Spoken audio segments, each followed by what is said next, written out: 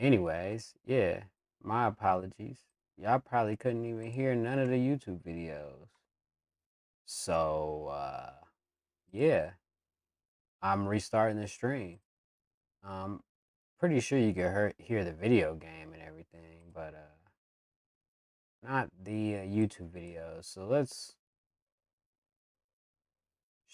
run it back one time. Fuck it. First, we're gonna start with this one though, because this one is a video I've been wanting to watch since last night. It sucks that I fucked up the whole stream, but whatever. They started the shooting without us. Get out there and take the zone. Doctor zone contested.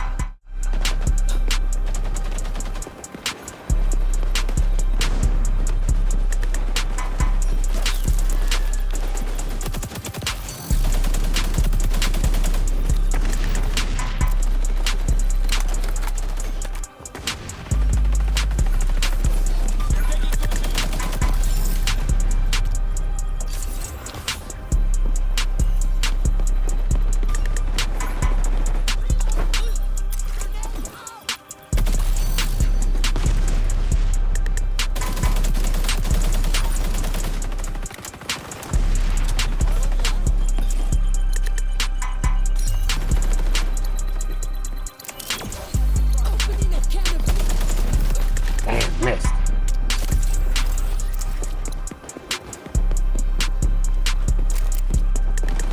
That sucks.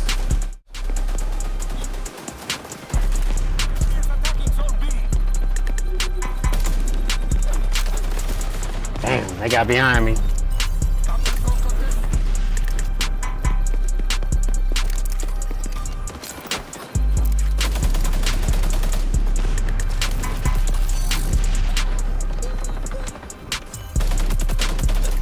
Wow.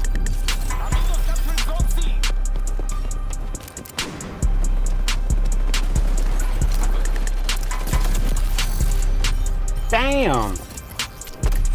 Cook my shit.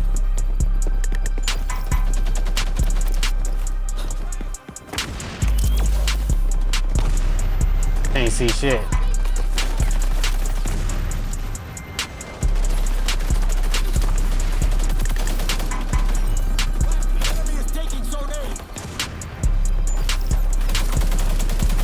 Damn, I can't move. I'm stuck. Damn, them flashbangs is fucking my shit up.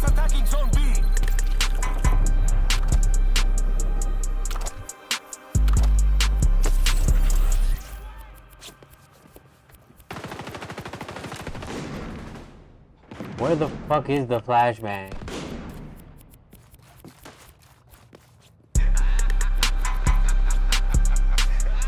I don't see it. Not right now. I'll fix it later. Crazy though.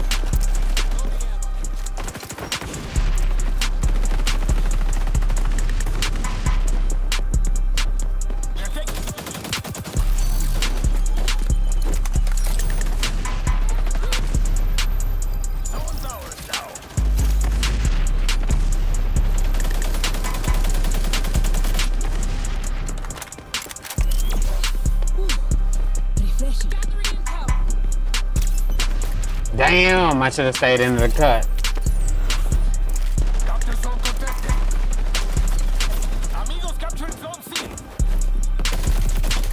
Dang.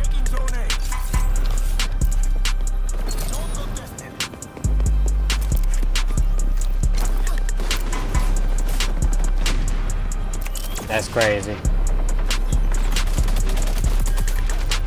All four of them motherfuckers was over there.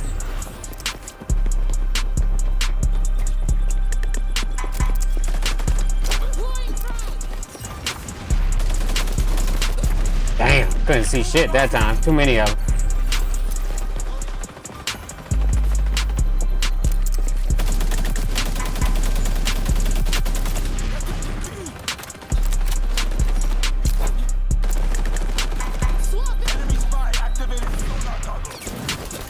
Damn, what the fuck?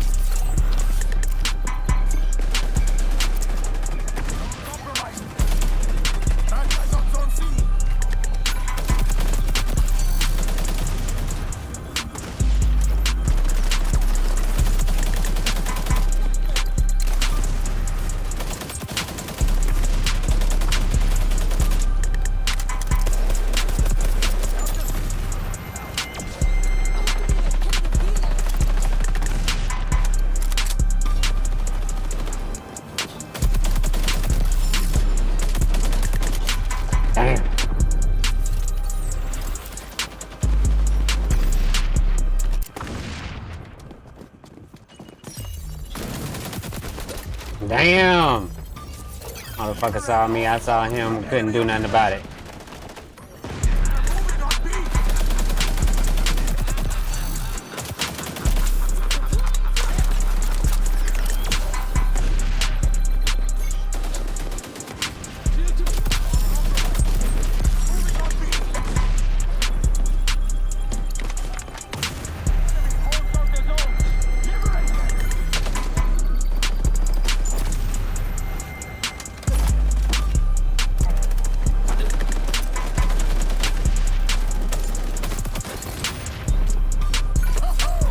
Ultras ready. We're liberating A.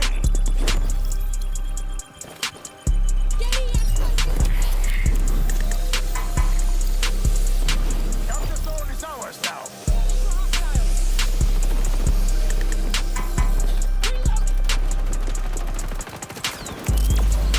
We have the wind.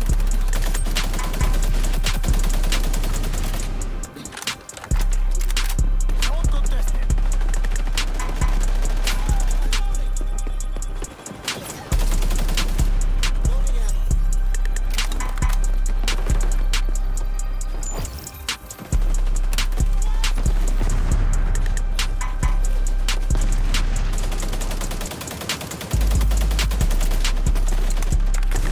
Zone A is under attack.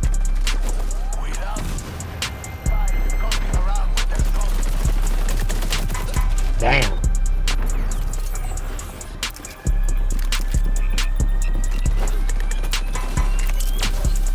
Our guerrillas are up. Zone B is in danger. Damn! Zone contested. That's not great.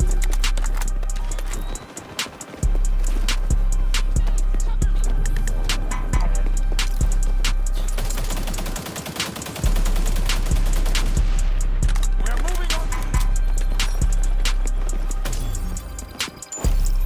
We're taking C.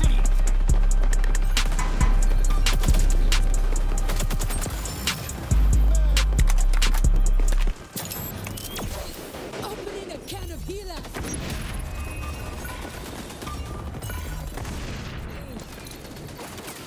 Capture zone is ours now.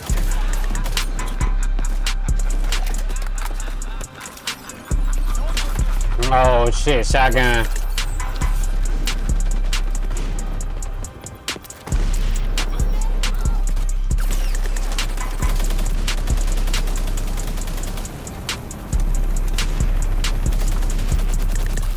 Game. Bring this home, combine.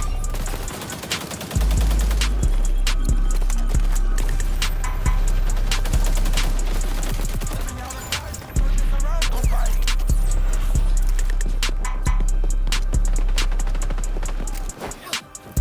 Zone in danger. Yeah, we lost, but that was a good game.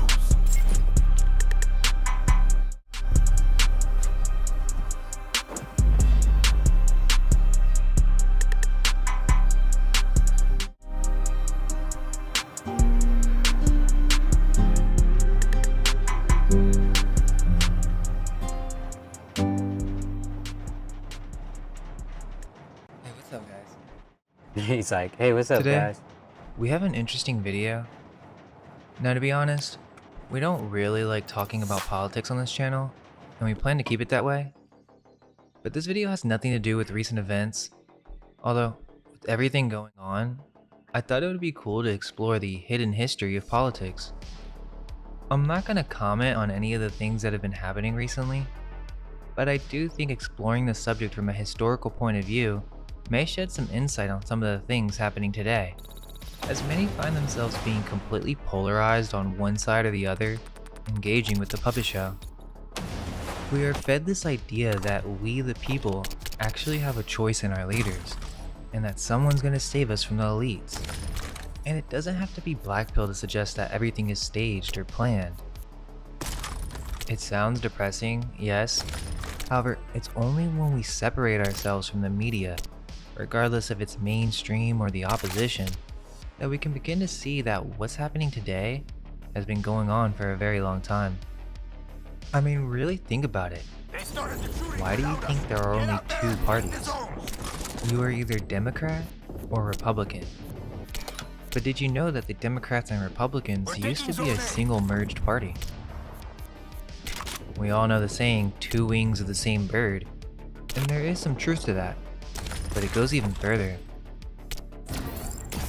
If you suggest that these parties are controlled by the same people in the modern day, Right? you usually get labeled as a conspiracy theorist. You're crazy for believing in some shadowy cabal that's pulling all the strings. This has become quite the meme. The Illuminati, or Freemasons, are in control of everything. Usually this is met with laughter and ridicule from those who are completely engrossed with the mainstream narrative. However, where do you think these ideas came from? Would it surprise you to know that the very first real political party, technically the one with the first real platform, was actually the Anti-Masonic Party? The This is a historical Anti-Masonic fact, Party. and this history usually gets swept under the rug. Not too many people are aware of this unless you thoroughly have studied politics, and even then it's merely a footnote. This history is very surprising because it sheds light into the early days of politics in America, and the origin of all these Damn. conspiracy theories, which are not conspiracies. They're genuine concerns of elites and corporations influencing what we believe to be a democracy. This isn't new, and was literally the platform of the first real political party. Damn. Technically, it is the third political party, The enemy's winning. but as we'll Time see, to the fight first dirty. two did not really have a platform. They were just Federalist versus Anti-Federalist, central government power versus state power, but they had no real message or overall values outside of that. In order to understand this, let's dive deep into the mysterious history of politics in the United States, and let's see if there's any substance to this idea that modern-day politics is simply a puppet show.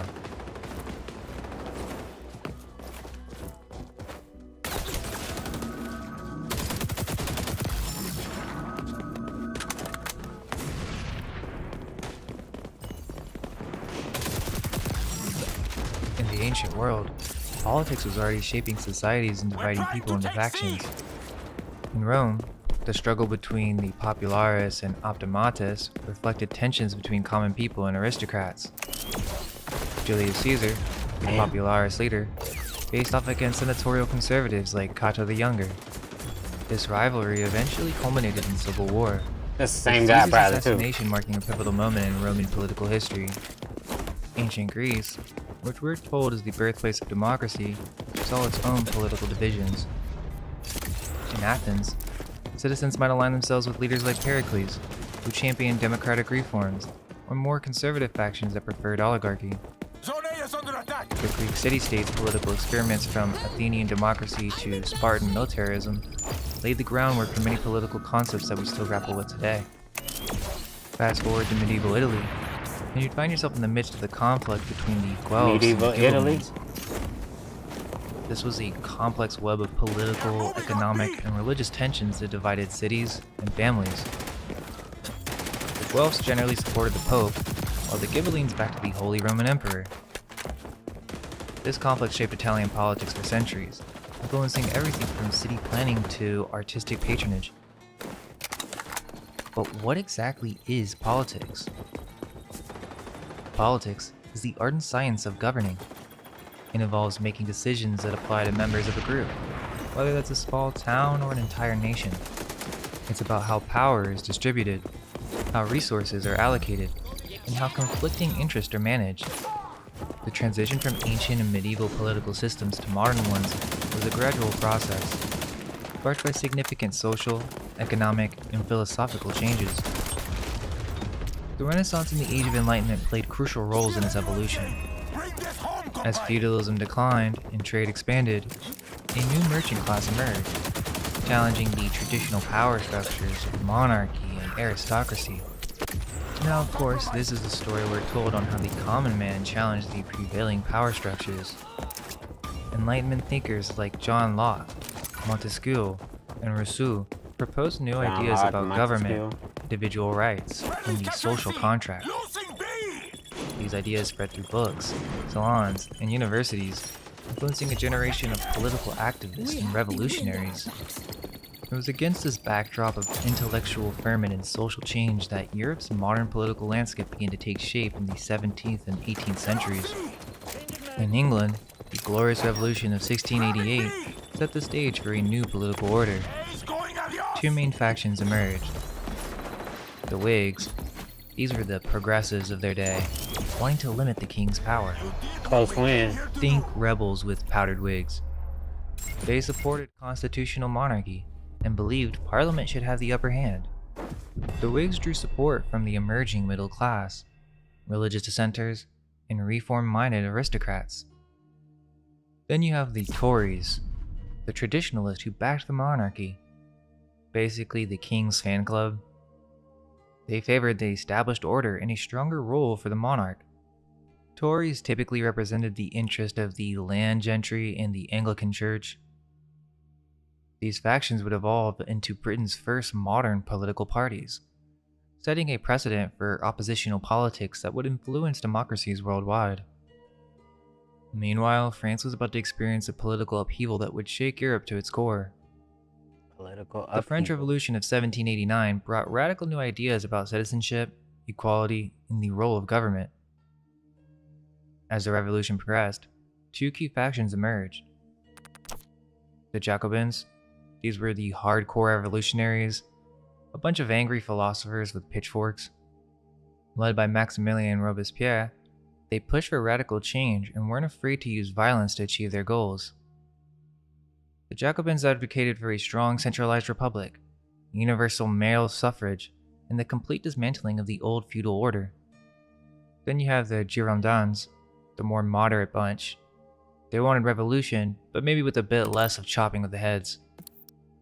Initially supporting a constitutional monarchy, they later backed a federal republic. The Girondins, led by figures like Jacques-Pierre Brissot, represented the interests of provincial France and were wary of Paris-centered radicalism. The clash between the factions would lead to the infamous Reign of Terror. They said he tried. Hold on. Give me a second. One time for the... You know what I'm saying?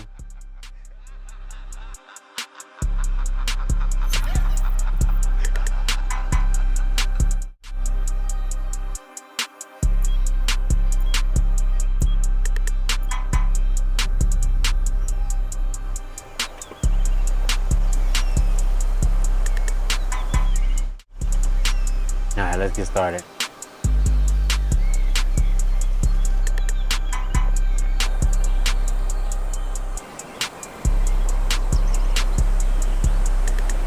Say he tried, that's funny. Alright. Demonstrating the volatile nature of revolutionary politics. It's crucial to understand that these political factions weren't democratic parties as we now know them today. Instead, they were primarily manifestations of elite family rivalries and power struggles among the upper classes. The common people had little direct say in these conflicts. Whether it was the Guelphs and the Ghibellines of medieval Italy, or the Whigs and Tories of the 17th century England, these groups represented competing interests with the nobility, wealthy landowners, and emerging merchant classes. While they sometimes claimed to champion broader causes, at their core, these factions were about which group of elites would hold power. The idea of mass political participation was still centuries away. These European political developments would go on to heavily influence the formation of political parties in the United States. The American founding fathers, well versed in Enlightenment philosophy and keenly aware of European political struggles, sought to create a system that would prevent the excesses that they saw across the Atlantic, while still ensuring a government responsive to the people's will, or so we're told. Because as we delve deeper into these elite-controlled factions, an intriguing connection emerges with the rise of Freemasonry. The first Grand Lodge of England was established in 1717, at the height of the Whig and Tory rivalries. Notably, many prominent Whig politicians were Freemasons, including Sir Robert Walpole, often considered Britain's first Prime Minister. Some historians suggest that the Whigs, with their emphasis on progress and reform, aligned more closely with Masonic principles of enlightenment and brotherhood. Damn, almost. In France, Masonic lodges became hotbeds of revolutionary thought. attracting intellectuals who would play later key roles in the French Revolution. The Jacobins in particular have been linked to Freemasonry. We are told that the Phrygian cap was just a liberty cap. However, The Phrygian its cap, roots have yeah. deep occult connections and has been associated with secret societies since ancient times. The Jacobins might just be the final act in a Damn. centuries-long plot to overthrow the old order. According to Abbe Augustin Barruel, a French Jesuit priest, the Jacobins were far more than just a radical political club. Barruel claims that the Jacobins were the culmination of a vast, intricate conspiracy involving philosophers, Freemasons, and the mysterious order of the Illuminati. A spider's web of secret societies and hidden agendas, all converging on the Jacobin Club in revolutionary Paris. Barruel argued that the Jacobins were essentially a front for this grand coalition of conspirators. They were the adepts of impiety, the adepts of rebellion, and the adepts of anarchy, all rolled into one. The Jacobins were the muscle that finally implemented the long-held dreams of the philosophers and secret societies. While Voltaire and Rousseau laid the intellectual groundwork and the Freemasons and Illuminati worked behind the scenes, Damn.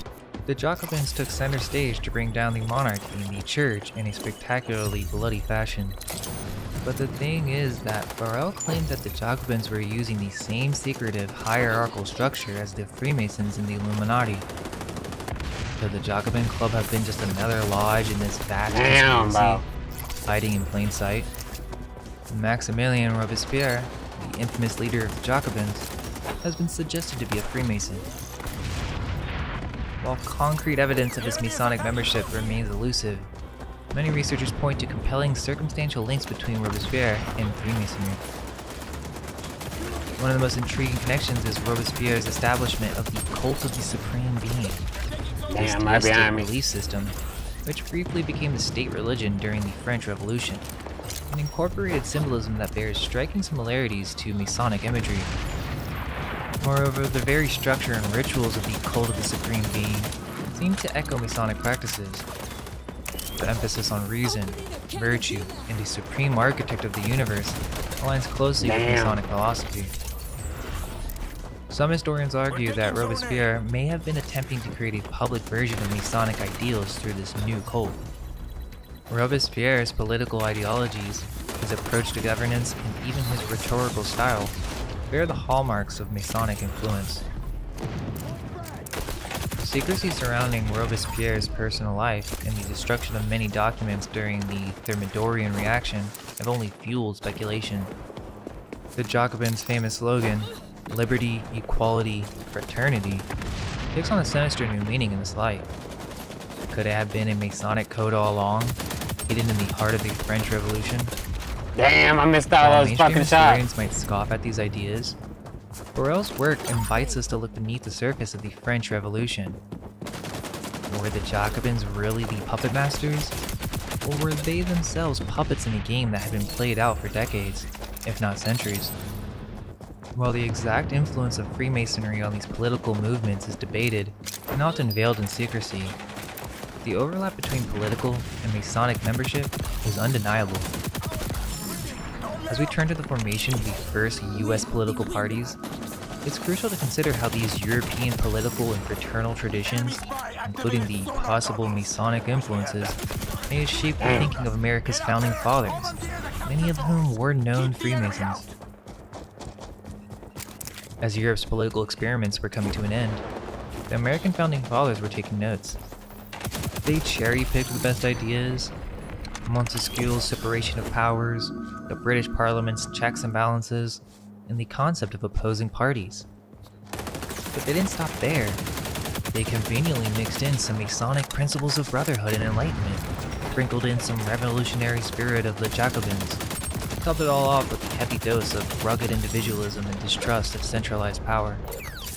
The result was a political system that looks all American on the outside, but with a European feeling. Sure, we're told it's a carefully balanced republic, mixing elite power with the common man's voice.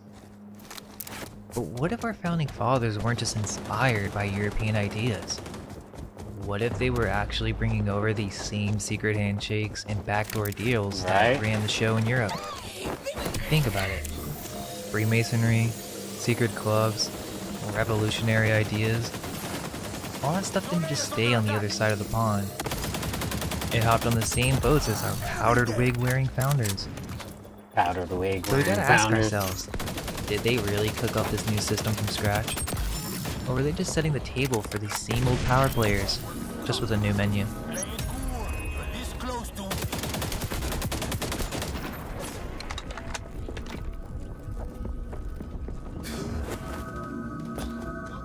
Same old shit.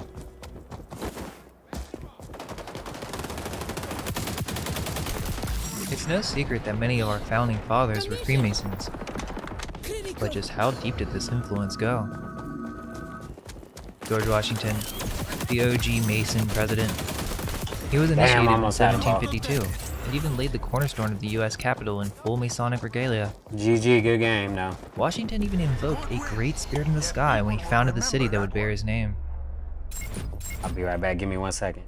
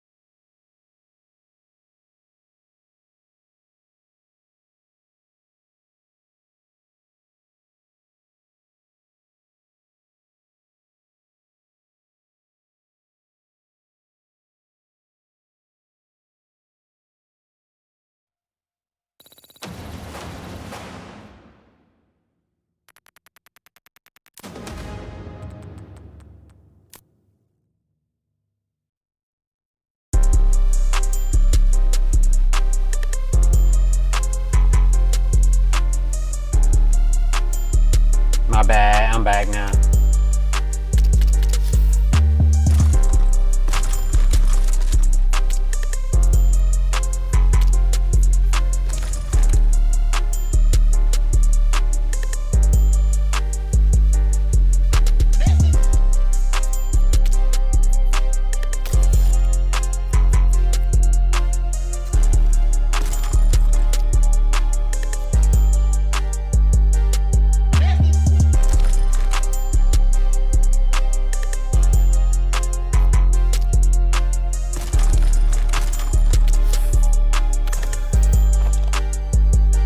Yeah. Hey.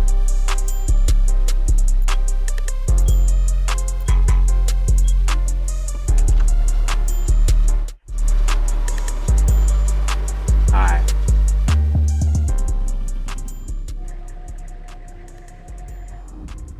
Benjamin Franklin, who wasn't just a kite flyer, even though that painting does have Kite Freemasonic flyer. symbolism.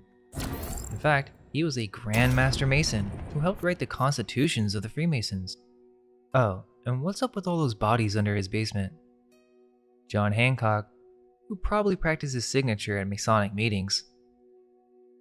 Paul Revere, when he wasn't warning about the British, occupy. he was serving as Grand Master of the Massachusetts Grand Lodge. Guerrillas have their John Paul capitals. Jones, the father of the American Navy, was raising sails in Masonic Take degrees. over the capture zone. Keep out the basura. Lafayette, the French hero of the American Revolution, was initiated by none other than George Washington himself. He was also interested in mesmerism and introduced it to George Washington. But wait, there's more.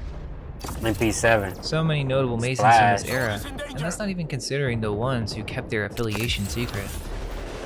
The Masonic influence is everywhere, in our history and in our monuments. Why is the Washington Monument an obelisk? A giant Masonic symbol in the heart of DC? Why is the Great Seal of the US an all-seeing eye above the pyramid? Masonic symbols right in our faces. Literally, that's what our state seals are. Take a closer look and you'll find it's just all Masonic imagery. From squares and compasses to columns and all-seeing eyes. It's a secret code hidden in plain sight across the entire country. Securing the zone. So let's begin with the first political parties in the United States. Okay, so Damn. it's Moving too 1787, slow. and the founding fathers are gathered around a table, kind of like a really tense Thanksgiving dinner. But under the table, many of them are wearing Masonic aprons. On one side, we've got the Federalists. Their star player is Alexander Hamilton. Historians insist that he was not a Damn, Freemason. bro. However, evidence shows that he visited Masonic lodges, The zone which contested. only members could do. Strangely, even though he was married, apparently he lived in the grip of powerful attractions to other men. I wonder what that That's means. weird. We're on the zone. Apparently, a You know lot what of that the founding means. fathers had a strong attraction to men, even Oh, here George we go. Washington. Which is no surprise if you know some of these secret rituals of the Masons during the 18th century. Then there's John Adams, who's often depicted as feisty and opinionated. Funnily enough, historians again suggest that he wasn't a Mason. However, John Adams was in fact a Freemason member of the St. John's Grand Lodge in Boston, Massachusetts. On the other side, we have the Anti-Federalists. Enemies on the zone. There's Thomas Jefferson. While historians often dismiss claims of Thomas Jefferson's Masonic membership, his relationship with secret societies is more complex than it appears. Jefferson was a confirmed member of the mysterious FHC Society at William and Mary College. The group so secretive its full name remains unknown. Intriguingly, he showed a keen interest in the Illuminati, defending their founder Adam Weishaupt in a letter to Bishop James Madison. Jefferson even drew parallels between the Illuminati's goals and those of Jesus Christ, suggesting a deeper understanding of esoteric philosophies. And then we have James Madison, often called the father of the Constitution, who was another founding father said not to have Masonic affiliation by historians. Damn. While not officially listed as a Freemason, tantalizing evidence suggests otherwise. John Francis Mercer, governor of Maryland, congratulated Madison on becoming a Freemason in a 1795 letter. John Dove, an early Grand Secretary of the Grand Lodge of Virginia, claimed Madison was one of the original founders of Hiram Lodge 59 in 1800. Damn. The zone contested. Intriguingly, Madison marched in Masonic processions and was present at cornerstone laying ceremonies conducted with full Masonic honors. The loss of many lodge cooked. records from this period makes this even more suspicious. Were they trying to hide this information? Okay, so we have the Federalists and the Anti-Federalists. And they're basically all Freemasons. Securing the zone. The Federalists were like, we need a strong central government to keep this country together.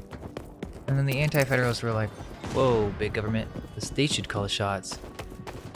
But here's the thing, were they really against centralization, or did they just want a different kind of order? They're all fighting over who gets to be team captain for the new country, all while playing the rules that they might have learned in the lodge. This rivalry eventually evolved into America's first official political parties. On one side, we've got the Federalist Party. Their motto might as well be, trust us, we know what's best for the country. Because they learned in their secret meetings, right? Their hobbies include creating a national bank, hanging out with rich people, and wearing powdered wigs.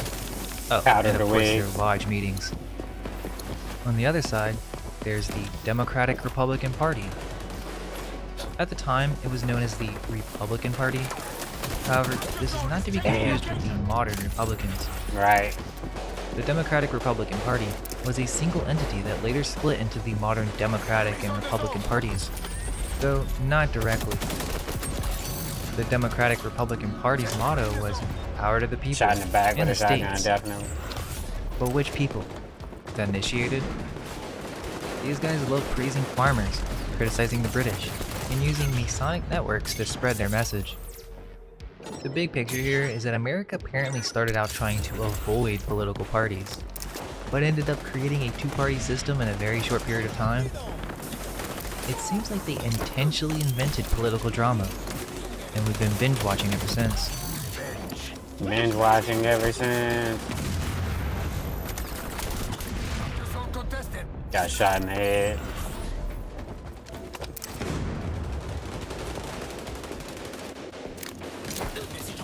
changed. They kept us Interestingly, all- the era of good feelings all revolves around the War of 1812, which seems to be the point of a great reset in the United States.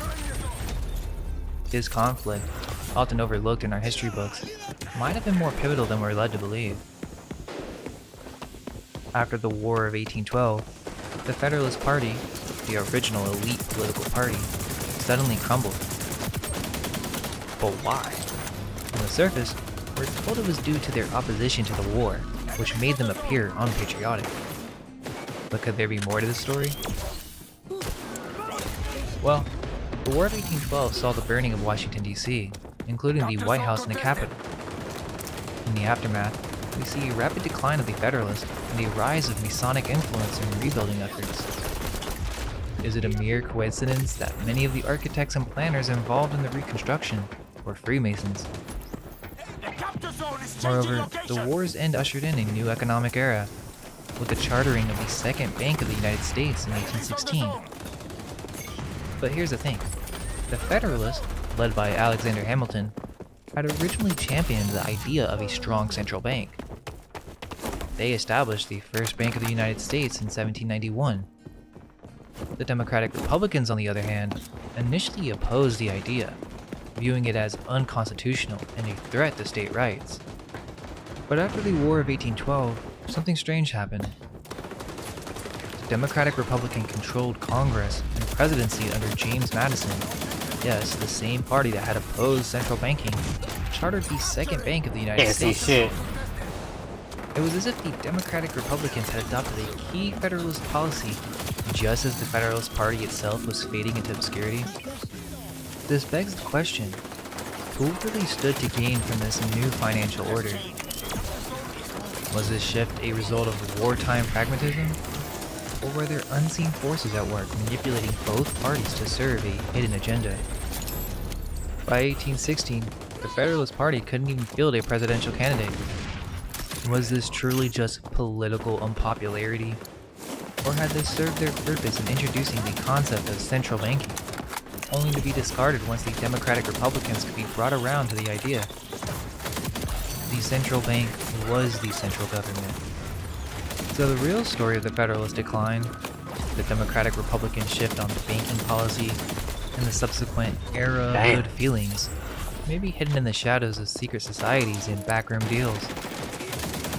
Could this period represent not just a political realignment, but a consolidation of power by financial elites and secret societies, now able to influence policy regardless of which party held power? After the War of 1812, the Federalists and the Democratic Republicans essentially Blowing up by merged, my own ending shit. the first party system in the United States. As the second party system emerged in 1824 to 1828, We the win Democratic again. Republican Party split into two factions. The Jacksonian faction, which evolved into the modern Democratic Party in the 1830s, and the Henry Clay faction. One more second, you know, why not? Shit. Ain't shit else going on.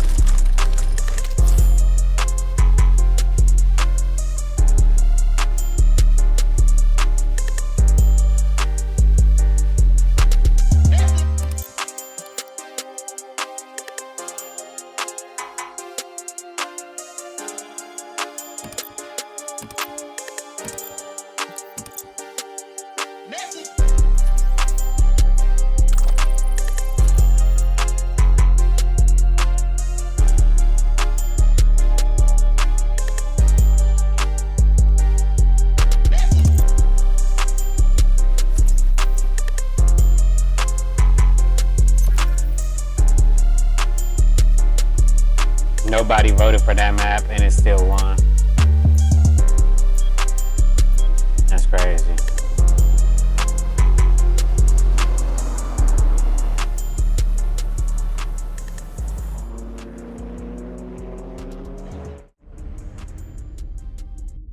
Shit's crazy, bro.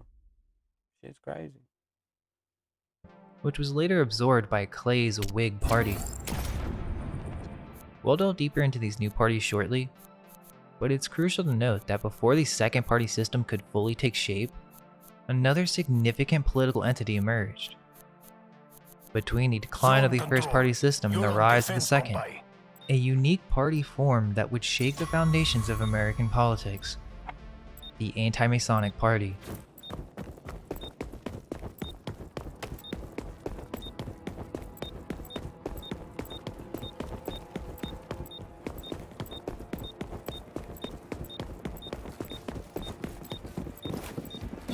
Interestingly, modern Freemasons often point to this period as the origin of many conspiracy theories about their organization secretly controlling government. The Anti-Masonic Party, America's third political party, and arguably the first with a platform beyond the centralization versus state power debate, brought these suspicions to the forefront of national discourse. Their distrust of Freemasons was unequivocal and formed the core of their political identity. However, the anti-Masonic movement itself was not without its own controversies and suspicious elements. This chapter of American history marks a crucial turning point, where secret societies, political power, and public paranoia intersected in ways that would shape conspiracy theories for generations to come. This all started, supposedly, because of the Morgan Affair. The Morgan Affair of 1826 was a pivotal event that sparked the anti-Masonic movement in the United States. At its center was William Morgan, a resident of Batavia, New York, whose disappearance and presumed murder in 1826 ignited a powerful movement against the Freemasons. You see, Morgan had announced his intention to publish a book exposing Freemasonry's secrets. He was going to publish an expose titled Illustrations of Masonry, critical of the Freemasons and revealing their secret degree ceremonies in detail. Then, he was arrested on trumped-up charges. We have the win. Now keep in mind, William Morgan was a Freemason himself. He was a former member of the Eastern Star Lodge, and even attempted to form a Royal Arch chapter in Batavia, but was rejected by local Masons.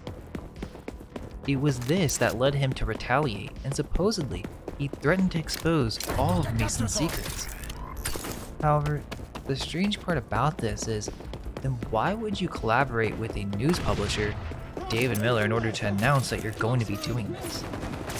Seems a little suspicious. Because, immediately after this announcement, Freemasons took immediate action against Morgan and Miller. Apparently they attempted to burn Miller's newspaper office, and then Morgan was arrested on charges of theft, which was widely believed to be fabricated. On September 11, 1826, Morgan was arrested for supposed non-payment of a loan and allegedly stealing a shirt and a tie. On September 12, 1826, Morgan was released from jail by two men claiming to have paid his debt. He was last seen being forced into a carriage. This caused an immediate uproar, and despite extensive searches and a substantial reward offered by Governor DeWitt Clinton, no body was ever found. And keep in mind, Governor Clinton was himself a Grand Master Mason. Damn. The Morgan Affair ignited widespread anti-Masonic sentiment, culminating in the formation of the Anti-Masonic Party in 1828. This controversy lasted nearly 2 decades into the late 1840s, and was a pivotal factor in Freemasonry's apparent decline. However, it's possible this period marked not only a true decline, but a strategic retreat into greater secrecy. The Freemasons may have used this turbulent time to shed their past stigma and recalibrate their public image. Intriguingly, despite Morgan's disappearance, his expose was still published by Miller. Press the button and nothing happened. This does raise questions about the true nature of the incident. Was it really a genuine attempt at suppression? or a calculated PR maneuver. If absolute secrecy was the goal, surely they would have silenced Miller as well. It's crucial to note that Morgan's book only unveils the first 3 degrees of I Freemasonry, got killed by a the proximity Blue mine? Lodge degrees. Crazy, bro. Having been I hate rejected from these the fucking Royal Arch things. degree, Morgan couldn't reveal Freemasonry's deepest secrets. This selective transparency might have been a strategic move, allowing lower degree practices to be exposed to dispel broader suspicions while protecting the truly sensitive information of higher degrees. But even these lower degree rituals are bizarrely incongruous with the public personas of the politicians and elites associated with them. The practices described are strange and archaic. You have elaborate initiation rituals involving blindfolds, symbolic objects, and solemn oaths, Get here, to me. secret handshakes, passwords, and gestures for Where the fuck identification. was he at? Dramatic esoteric reenactments, like Hiram Abiff's murder. A degree system with Abiff. escalating complexity and symbolism. Emphasis on secrecy about the group's practices. A blend of multiple religious elements with moral teachings. References to ancient history and architecture, particularly Solomon's Temple. Odd physical postures and movements in ceremonies. Anachronistic roles and titles. And finally, a mixture of practical morality Damn, bro. with esoteric symbolism and mysticism. Now, these Blue Lodge degrees are relatively accessible, leading some to dismiss Freemasonry as merely a benign social club focused on Right. self-improvement and philanthropy. However, this accessible facade may serve to obscure the more guarded higher degrees and exclusive 4 orders, seconds. reserved for a select few and protected by even greater secrecy. We won. The true nature and influence of You know what we talking about. Time to switch won. teams. You're an attacker.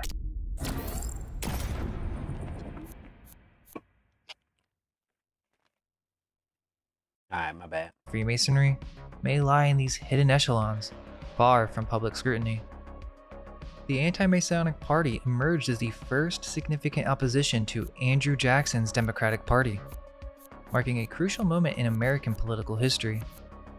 As the first third party in United States history to seriously contest elections on a national scale, it set the stage for future political movements. Initially, the Anti-Masons positioned themselves as the antithesis to the Jacksonian Democrats, who were perceived as closely aligned with Freemasonry. That's This cool. stance was particularly interesting given that Jackson himself was a prominent Freemason. Jackstonian. Go get Bozo! Interestingly, the Anti-Masonic Party introduced several political innovations, most notably the concept of national nominating conventions, holding the first one for a presidential candidate in 1831. While the Anti-Masonic Party initially focused on opposition to Freemasonry, it soon broadened its platform to include other reform issues, expanding its appeal. On the surface, this conflict was portrayed as a struggle between the common man and the elite. However, is that really the full story? The idea that the anti-Masons truly represented the common man against the elite is questionable at best. In reality, many anti-Masonic leaders were themselves part of the social and political elite. Moreover, the party's eventual transition into the Whig Party, which included many Freemasons in its ranks, suggests that the anti-Masonic stance was more of a political strategy than a genuine ideological divide. This transformation from the anti-Masonic Party to the Whig Party is crucial to understanding the evolution of American political parties. The anti-Masons became the Whigs, which later became the Republicans. The Whigs. This transition occurred in the mid-1830s as the anti-Masonic Party began to supposedly lose momentum. Several prominent anti-Masonic leaders played key roles in the merger. William H. Seward, former anti-Masonic governor of New York, became a leading Whig and later a Republican.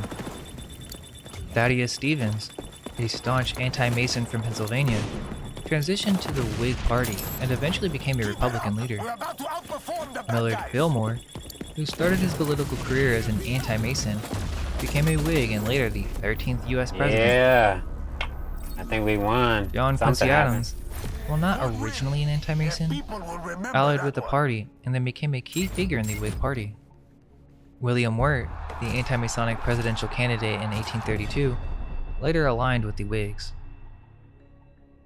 The Whig Party formed as a coalition of anti-Masons, National Republicans, and other groups opposed to Andrew Jackson's policies.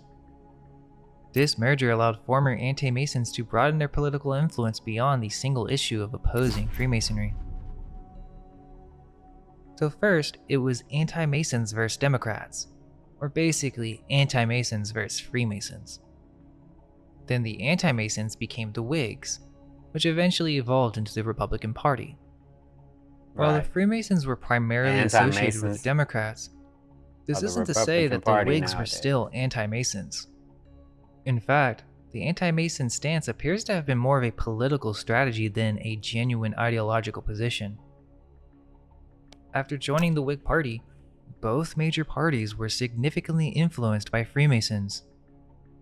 Notable Whig Freemasons included William Henry Harrison, the 9th U.S. President, John Tyler, the 10th U.S. President, Millard Fillmore, the 13th U.S. President, Henry Clay, Daniel Webster, He look and crazy. Winfield Scott. So Freemasonry hidden was hand. deeply embedded in the Whig Party, despite its anti-Masonic origins. The presence of prominent Freemasons in both major parties suggests that the initial anti-Masonic movement may have been more about political maneuvering than genuine opposition to Masonic influence. Right. In essence, the anti-Masons was a charade, simply a front, and the underlying influence of Freemasonry remained a constant, transcending party lines and shaping American politics in ways that were not always apparent to the general public. The origin of Freemasonic crazy. conspiracies in Cooking. America can be traced back to the anti-Masonic Party. Modern Freemasons often dismiss the multitude of leaked 19th century rituals as mere anti-Masonic propaganda. However, what's rarely discussed is the fact that the anti-Masonic movement itself was, ironically, initiated by Freemasons. I would The have called anti-Masonic foul. Party served as a clever cover-up, a means to control and contain the emerging conspiracies. As ex-Freemasons On began defense, revealing I'd have been lodge like, I secrets, fouled you. the creation of the party allowed Masons to manage the narrative. Joining the party. It gave the illusion that the citizens could vote for elites who opposed Freemasonry, while in reality, these opponents were part of the very system they claimed to fight.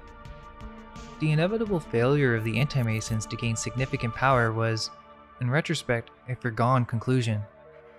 A foregone After all, how could a conclusion. nation Put a founded stop by to the enemy's little Freemasonic smuggling elites operation. genuinely allow an anti-Masonic party to rise to prominence? This was, in effect, a masterful example of controlled opposition. The ultimate goal was to relegate all leaked information and accusations to the realm of conspiracy, effectively discrediting it.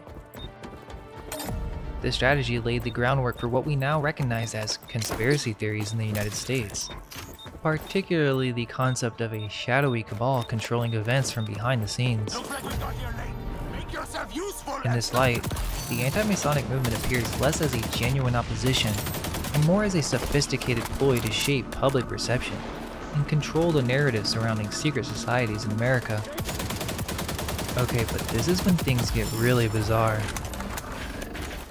There's actually a book published in 1895 that's based on the Morgan event and might be revealing of hidden truths about the whole affair. It's this trippy fantasy book, which some of you may have heard of. It's called Edda Dorpa. I'm pretty sure whoever wrote this was on some serious drugs, as many others have concluded. It's a bizarre story, but it doesn't seem to be your typical sci-fi or fantasy novel. Damn. It's more of an occult novel, and the author presents it as if it really happened.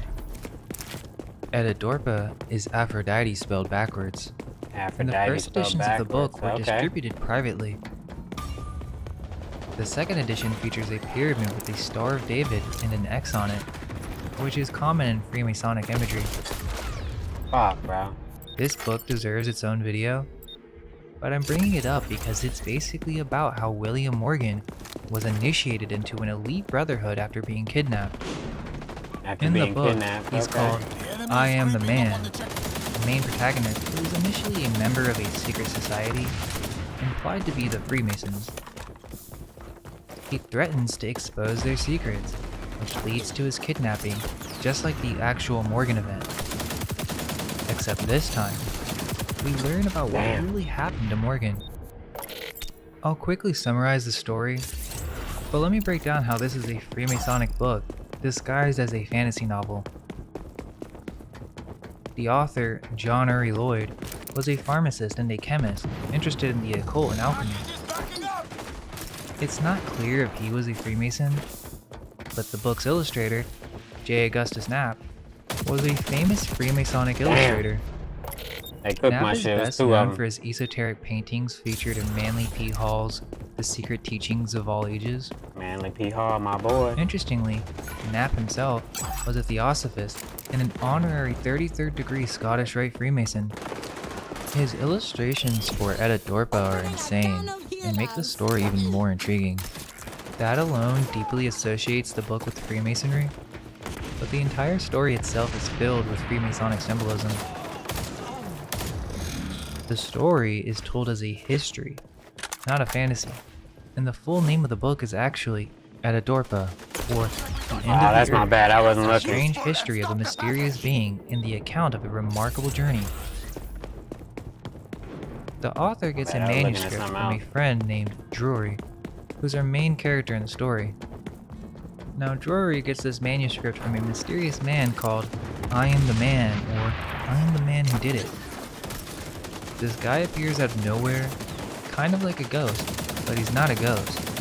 Just some strange old man with superhuman powers. They basically make an agreement that this old man is going to tell Drury an account of what happened to him, which is detailed in this manuscript. Drury is then Damn. supposed to keep it sealed for 30 years They before came. publishing it. So eventually, the old guy, I Am the Man, starts telling him this insane story. But get this old man is William Morgan. It's the same exact story as the historical event, but we get more details and find out what happens to him after the disappearance. So, I Am the Man, aka William Morgan, begins his story by discussing how he grew unsatisfied with conventional knowledge and wanted a deeper understanding of the occult and alchemy. Through his studies, he discovers that there's a brotherhood of adepts, a secret fraternity of alchemists, including politicians, clergymen, lawyers, and Damn. scientists who secretly study deep occult knowledge. It's even mentioned that they specifically conceal their affiliation to maintain their professional reputations. Wild, right?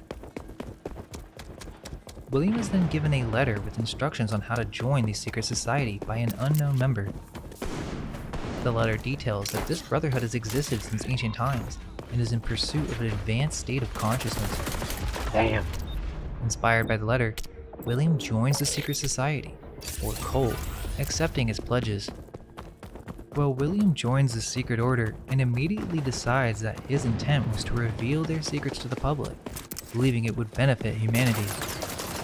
He writes a detailed account of everything he learned in a document he intended to publish as My Confession. The secret Damn. society finds out about this, and they warn him not to do it. Yet William is stubborn and persists with his plan to publish the manuscript. Just like the real-life history of William Morgan, he's then arrested on charges of debt, and they even attempt to use arson to destroy his manuscript. While William's put into jail and then kidnapped on the exact same year as the real-life Morgan event. The only difference is in the book it occurred on August 12, 1826, instead of September 12. So it's quite obvious what they're referencing here. But we find out what happened to him after he got kidnapped. Apparently, his punishment for wanting to reveal the secrets of the brotherhood Damn. is a lengthened life in a state of consciousness between life and death. He's brought to a remote location where he's forced to embark on a crazy journey as a form of punishment, but also to be enlightened. The book uses the number 7 symbolically several times. Drury meets with William on the 7th, and after William's taken to this remote location, 7 hooded men surround him. Using chemicals, they Damn, where the alchemically fuck was alter he his at? appearance. William was a younger man, but using chemicals and fumes, they end up making him look like an old man so that no one will recognize him anymore. That's fucked up. They give him a chance to try to convince people They that cooking he's now. William, like the jailer, but no one believes him and they think he's insane. I thought this was pretty crazy, because it's the first insight that this brotherhood has some knowledge and techniques not known to the common man, like drastically altering one's appearance. So William gives up on his old life, and proceeds to continue his journey with punishment with his new guide. He's taken to They Kentucky, cooking now. where he's introduced to this very bizarre alien-looking humanoid, the man with no sight. This being guides him to the center of the earth through an underground river somewhere What in the Kentucky, fuck? which actually In could Kentucky? be based on some type of truth, as there are many caves in this location. This is where it gets into the Hollow Earth theory, which is what most of you may know about the book. Right? I find it interesting because it doesn't seem to be just fantasy. Throughout this whole section, the theme is to disprove modern science's understanding of the laws that govern the surface, which are different in this underground world. But it's Got so much him. more than just a journey to the center of the earth type novel. Journey to the Center of the Earth. We all know that book. I'll be right back. Give me a second. Go on the attack. Onward with the package.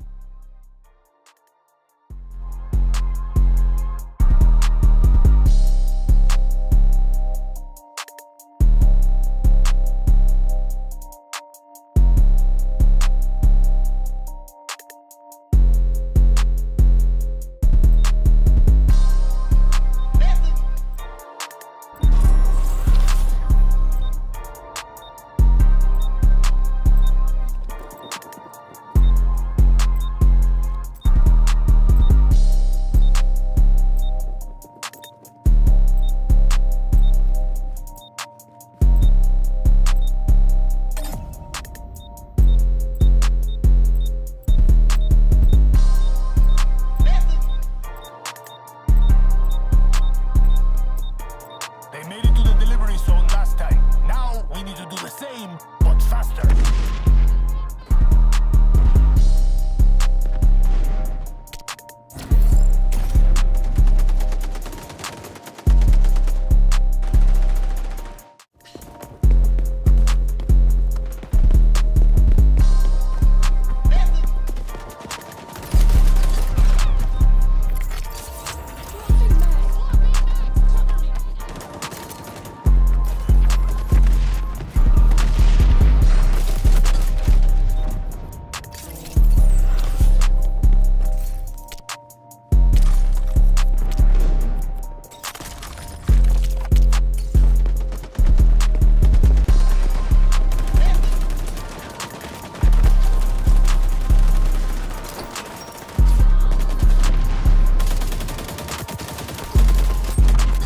That's enough lives for your cause. Now you take some. That's on me. My bad.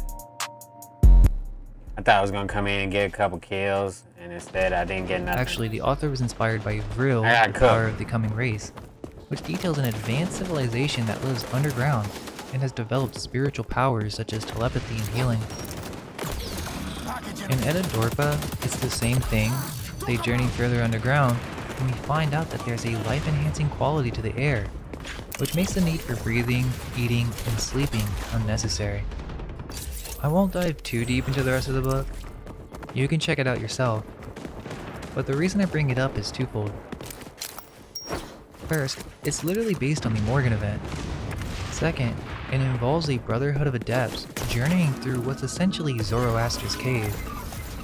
In this case, an underground world. God damn, bro. This could be symbolic of developing occult powers, but there might be a literal truth to it as well. In the book, it's a brotherhood of alchemists, but it's obviously referring to William Morgan. Towards the end, when William is about to make a leap into the very center of the earth, That's he crazy, bro. almost quits. But then the sightless guide says, Hiram Abiff, blatantly referencing Freemasonic rituals, which pushes him to continue.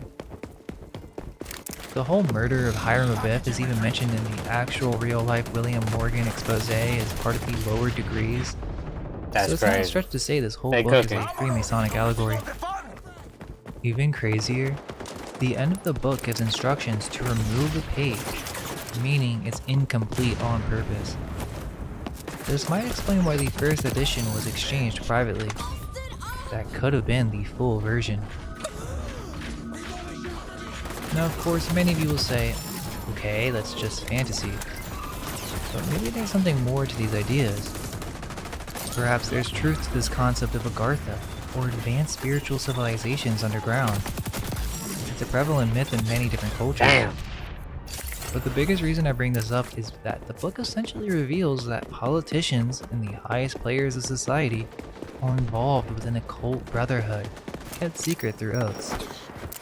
Their love for Aphrodite, the pursuit of occult wisdom, which the rose is the symbol of Aphrodite. In Freemasonry, the rose is a sacred symbol in connection with secret meetings. This is kept underground, which could be allegory. But think about it. What are all these underground tunnels in every major US city really for? Just prohibition tunnels? Or is there truth to this idea of adepts meeting underground and pursuing occult powers? Essentially, what it reveals is that the elites, especially during this early period of politics in the US and in Europe, were fascinated and deeply involved with the occult and alchemy. That alone should raise suspicion. Perhaps they've developed occult powers beyond our understanding, which is the Right. end result in Edidorpa. Exactly. After the journey through Zoroaster's cave, That's the point of he all this essentially shit, developed right? superhuman abilities, like a lengthened lifespan, telepathy, and the ability to consciously astral project. It's wild to think about, but when you connect the dots, it makes you wonder just how much of this fantasy might It's be rooted real. in reality.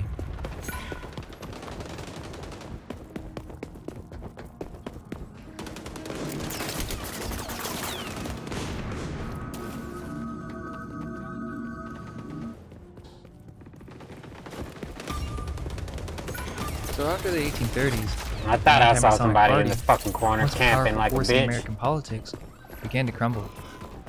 We're told that their singular focus on opposing Freemasonry proved insufficient to sustain a national movement, or perhaps their purpose was fulfilled. As mentioned, many of the Motherfucker. leaders of the Anti-Masonic Party migrated to the Whig Party, which became the next platform to challenge Andrew Jackson's Democrats. The second party system was the Democrats against the Whigs. The Democrats, led by Andrew Jackson, championed the common man, opposed the national bank, favored westward expansion, and supported state rights. They appealed to farmers, laborers, and frontier settlers. The Whigs, on the other hand, supported a national bank, federal funding for internal improvements. Damn, not that motherfucker again. They found support among business owners, bankers, and those favoring a stronger federal government. Package is almost to the checkpoint. However, let's keep in mind that both these parties were heavily influenced, if not controlled, by Freemasons. Andrew Jackson was a high-ranking Freemason and frequently used Masonic symbols and references in his campaigns. His infamous bank war against the Second Bank of the United States could be seen as a conflict between Masonic factions, with the bank itself often perceived as a Masonic institution.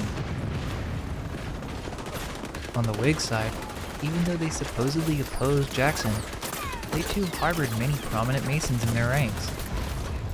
Henry Clay, the main Whig leader, was the Grand Master of Kentucky.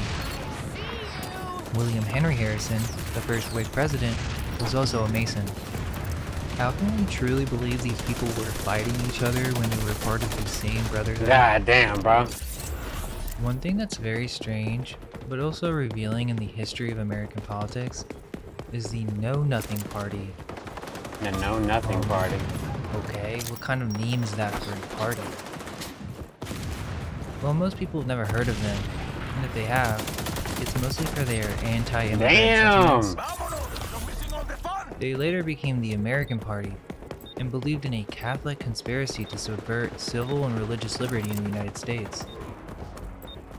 But to me, the weirdest part about them is that the members of the party had to belong to the secret order of the Star-Spangled Banner, which was formed in New York City, and soon after, lodges formed in nearly every other major American city. So this was some type of offshoot of Freemasonry, and even stranger, Damn, bro. members, when asked about their nativist Couldn't organization, get the win. were supposed to reply that they knew nothing. Hence the name. To join the order, a man had to Hence be the at least name. 21 years old, a Protestant, and willing to obey the order's dictates without question. Okay, so even in mainstream history, we have a secret order forcing their members and political candidates to follow the will of Right. the Brotherhood. That's literally creating puppets, and they know nothing, meaning they have to keep this stuff They a don't secret. care. I mean, how blatant can you be? It's almost like they're not even trying to hide the fact that a secret society was pulling the strings of a major political movement. I mean, it's right there in the history books. It makes you wonder, if this is what they were doing openly, what else might have been going on behind the scenes? Perhaps one of the most intriguing aspects of this era was the growing interest in spiritualism and occult practices among political figures. This trend is often overlooked in mainstream historical accounts. William Henry Harrison, the first Whig president, was known to have an interest in esoteric matters. His inaugural address, the longest in history, was filled with classical The longest and in what some history. interpret as Masonic references. His sudden death after just 31 days in office sparked rumors of a Masonic curse. The Masonic curse was said to affect those who betray Masonic secrets or work against Masonic interests. Well, definitely don't want to do that because apparently you'll end up dead. So, I mean, if you can help it, I wouldn't expose any secrets or do anything like that. But yeah, give me a second.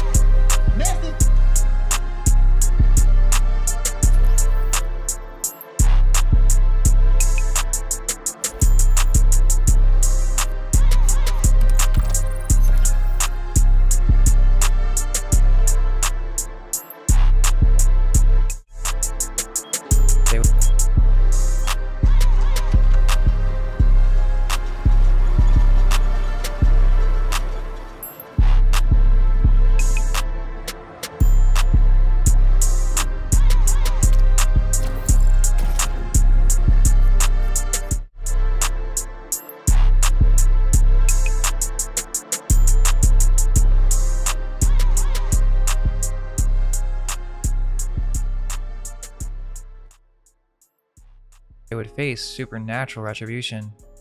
Hotshot. In Harrison's case, some speculated that his short presidency was a result of angering Masonic forces. But it was during the Pierce and Buchanan administrations that spiritualism truly took a hold in Washington. Whoever gets the most bounties Franklin becomes the Pierce, hotshot, grieving and the loss of his becoming son, the hotshot participated in seances in the White House. His wife, Jane Pierce, was known to consult mediums regularly, seeking to communicate with their deceased child. and grab their bounties. James Buchanan, though not a spiritualist himself, was surrounded by those who were.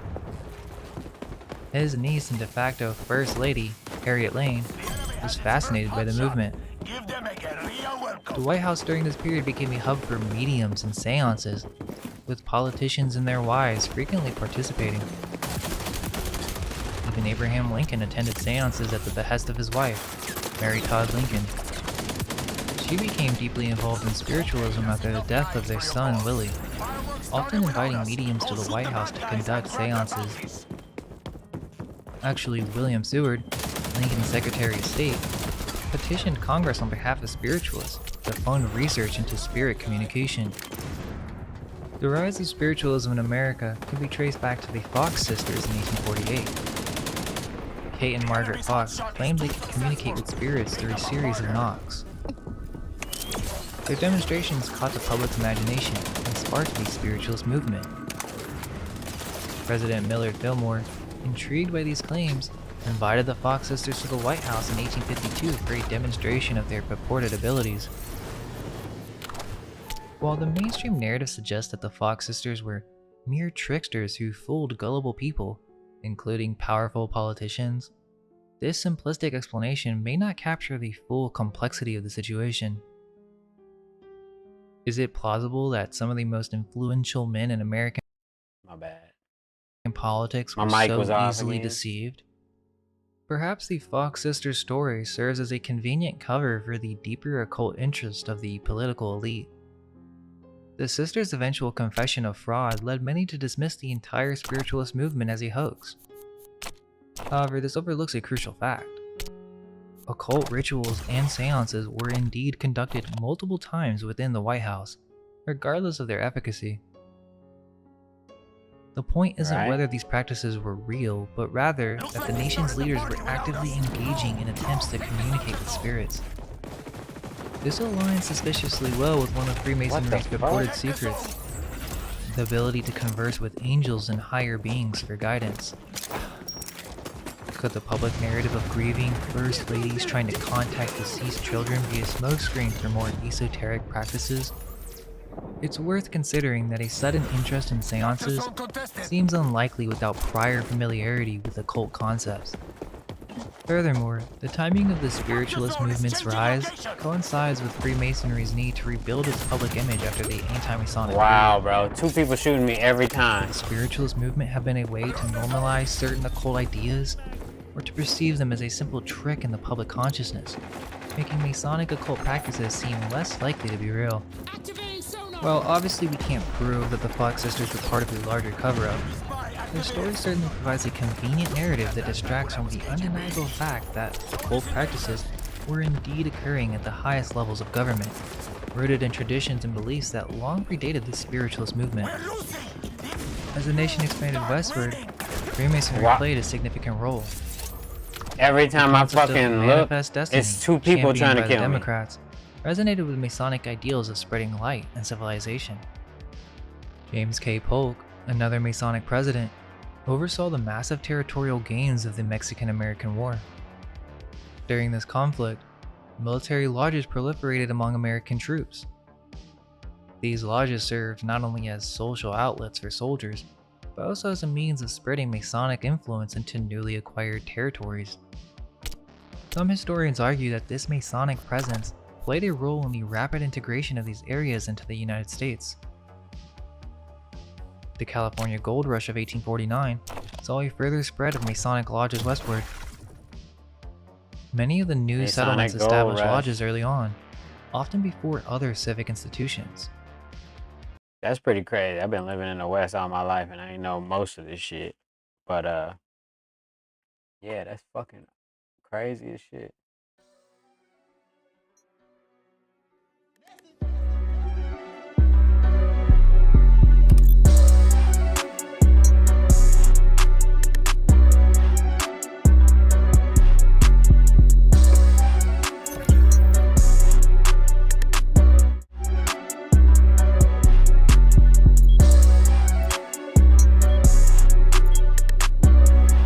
Real gains of the Mexican-American War. During this conflict, Alright, let's get back to this. military lodges proliferated among American troops. These lodges served not only as social outlets for soldiers, but also as a means of spreading Masonic influence into newly acquired territories. Some historians argue that this Masonic presence played a role in the rapid integration of these areas into the United States. The California Gold Rush of 1849 saw a further spread need to rebuild its public image after the anti-Masonic period. Could the spiritualist movement have been a way to normalize certain occult The ideas, California Gold or to Rush. perceive them as a simple trick in the public consciousness, making Masonic occult practices seem less likely to be real? While obviously we can't prove that the Fox sisters were part of a larger cover-up, the story certainly provides a convenient narrative that distracts from the undeniable fact that occult practices were indeed occurring at the highest levels of government, rooted in traditions and beliefs that long predated the spiritualist movement. As the nation expanded westward, Freemasonry played a significant role. The concept of manifest destiny, championed by the Democrats, resonated with Masonic ideals of spreading light and civilization. James K. Polk, another Masonic president, oversaw the massive territorial gains of the Mexican-American War. During this conflict, military lodges proliferated among American troops. These lodges served not only as social outlets for soldiers, but also as a means of spreading Masonic influence into newly acquired territories. Some historians argue that this Masonic presence played a role in the rapid Motherfucker already integration of hopped in the areas into corner. the United States. The California Gold Rush of 1849 saw a further spread of Masonic lodges westward. Many of the new settlements established lodges early on, often before other civic institutions. Why was Freemasonry so important in establishing order in frontier societies? While Masonry and occult interest were gaining where the ground in fuck did some he come circles, from? they faced opposition from another powerful force, the Second Great Awakening. This religious Fucking revival jumping movement, already. emphasizing personal salvation and moral reform, often clashed with Masonic ideals. This created a spiritual The tug of sweats war are in the definitely American on right psyche. now. On one hand, there was the allure of ancient wisdom and secret knowledge offered by Masonry and spiritualism. On the other, there was the emotional appeal of evangelical Christianity, calling for moral purity and rejection of secretive These practices. guys are fucking good, bro. Some politicians navigated this divide by maintaining public Christian personas while privately stay exploring together, it seems esoteric like. practices. This double life would become a recurring theme in American politics, with public professions of faith often masking deeper involvement in secretive organizations. The Nothing second I party can do system right laid now. the groundwork for much of what we see Getting in modern cooked. American politics. The Masonic and occult undercurrents of this period established patterns of hidden influence that would persist long after the Whig Party's demise. As the 1850s progressed, the Whig Party began to fracture over the issue of slavery. This division, coupled with the rise of nativism and the controversy over the Kansas-Nebraska Act, led to the party's collapse. From its ashes rose the Republican Party in 1854, absorbing many former Whigs, Free Soilers, and What the anti-slavery fuck, bro? I can't Democrats. hit this shit? The transition from Whigs to Republicans did not diminish the influence of Freemasonry in The politics. enemy is taking Zone A. Many prominent early Republicans were Freemasons, continuing the tradition of Masonic involvement in American governance. For instance, Fucking Abraham Lincoln, while not a Mason himself, was surrounded by Masonic influences. His vice president, Andrew Johnson, was a Mason, as were several members of his cabinet. James Garfield, the 20th president and a Republican, was a Master Mason and a member of Magnolia Lodge No. 20 in Columbus, Ohio. Amigos capturing Zone C. William McKinley, the 25th president, was also a devoted Mason, having received his degrees in Hiram Lodge No. 21 in Winchester, Virginia.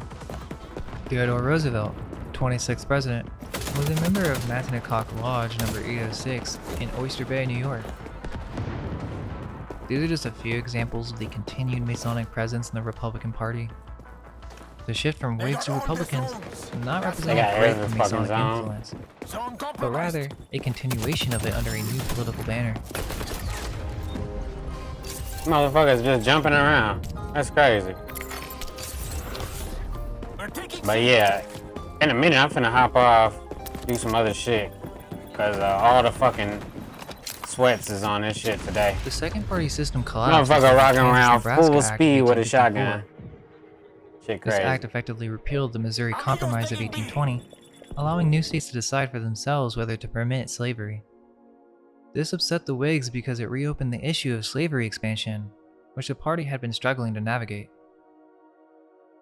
The Whig Party, unable to maintain a unified stance on slavery, began to disintegrate.